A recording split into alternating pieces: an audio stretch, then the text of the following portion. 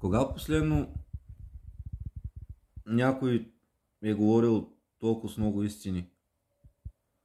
Кога последно и кой последно го е било грижа така за хората? Няма друг да го е грижа за хората толкова много, освен Бог. Няма друг. Няма. Господ иска хората да заживеят най-сетне един по-хубав и достоен начин на живот. Без насилие, да не се толерира и вербално, и физическо насилие. Да си имаме уважението, никой на никой да не е душманин. Всеки да работи това, за което му е на душа, на сърце. Може 2-3 години да е на едно място, или 5 години, после да иска да се смени работа, обаче да няма тая феодалщина, да няма такива местни дерибеи.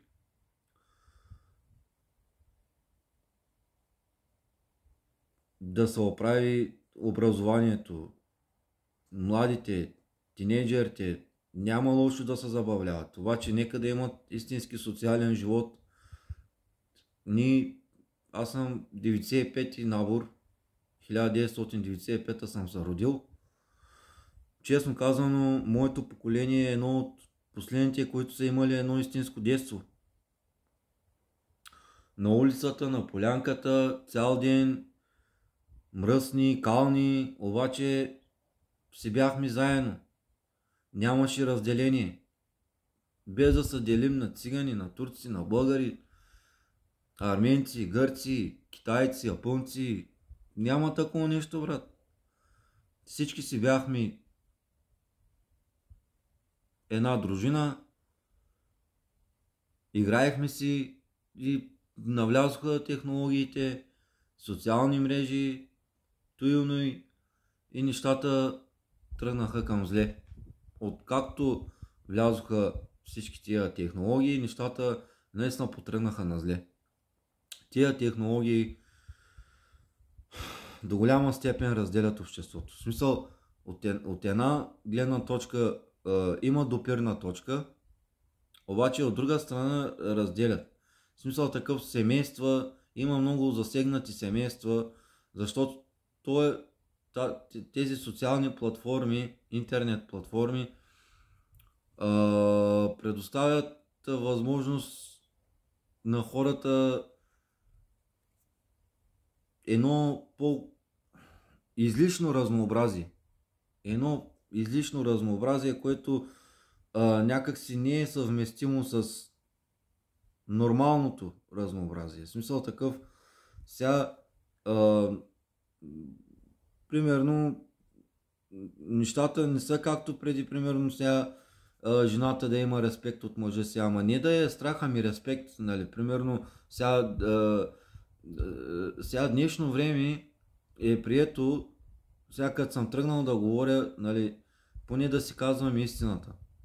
Сега днешно време е прието, примерно, не е навсякъде, сега има, нали, повечето са консервативни, обаче това новото нормално започна да влиза, обаче то ще се махне. Примерно сега някои жени да си говорят на мъжете, приятелите, или пък някои жени да си имат само приятелски кръг от мъже, което някак си не е нормално.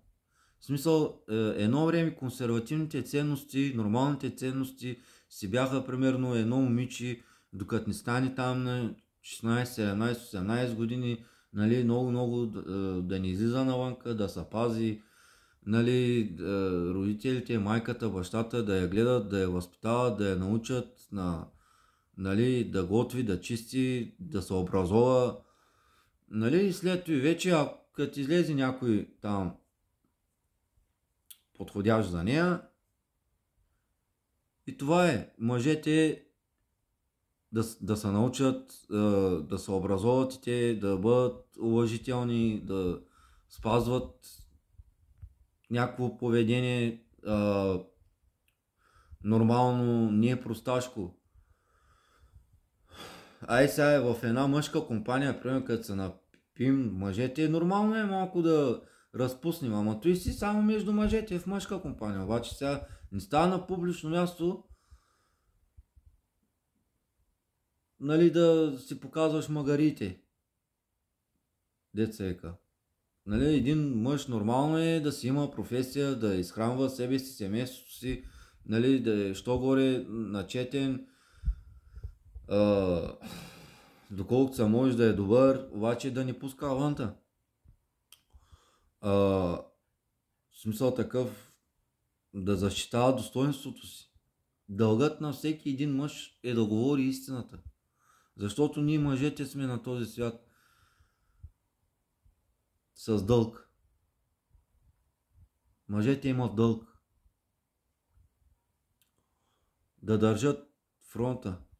Да държат здраво фронта. Да ни позволяват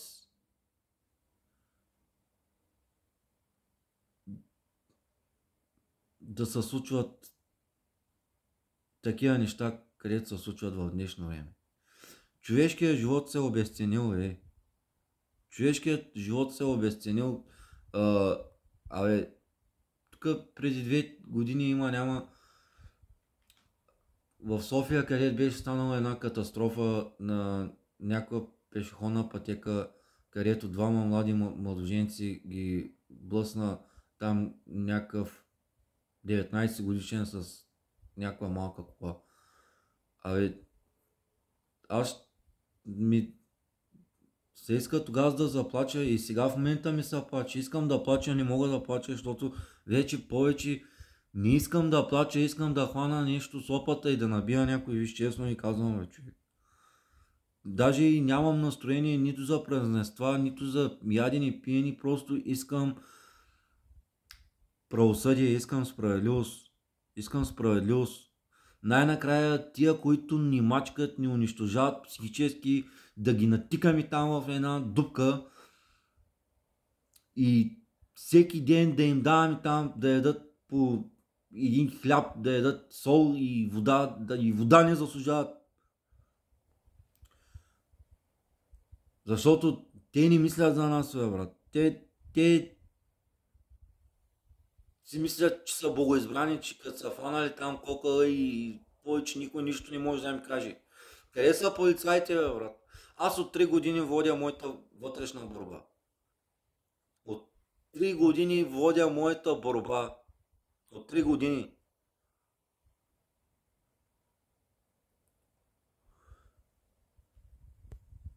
И на това отгоре имат наглостта да им се подиграват.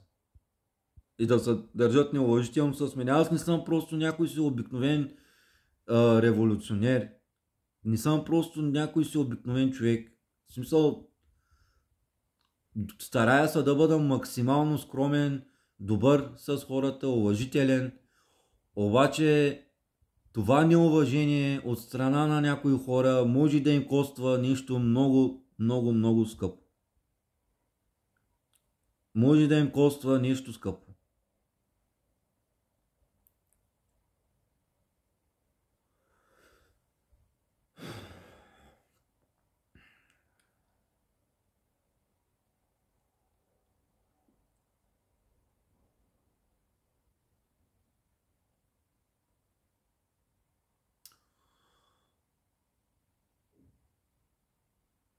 Както съм казал, Божият план. Божият план трябва да започне да се изпълнява лека по лека, да влезем в действие. Всички хващат сопи, пръчки, мръчки, кой каквото хвани. У София и бой. Ама бой. Да видят, че повече с нашия народ не може да се подиграват. Да им покажем веднъж за винаги на цял свят кой е алфата и кой е омегата. Кой е народа на Господ. Да съзнай, ние, българите, с нас шега не може. повече не може да наземат за мезе. Не може и повече в България ние да си имаме душмани. Не може българите да са душмани на българите. Не може. Така както гърците са единни, сърбите са единни, македонците са единни и почти всяка една нация са единни, искам ние българите да сме единни, да сме една здрава сила. Здрава сила, обединена сила. Да сме като една машина. Не може да продължава цялата тая простотия. Мен не може да ме сравняват нито с Ицо Хазарта, нито с някой си друг боклук политик. Аз съм несравним. Моето раждане е написано преди 2000 години. Аз съм несравним. Не мога да ме сравняваш с никой, абсолютно.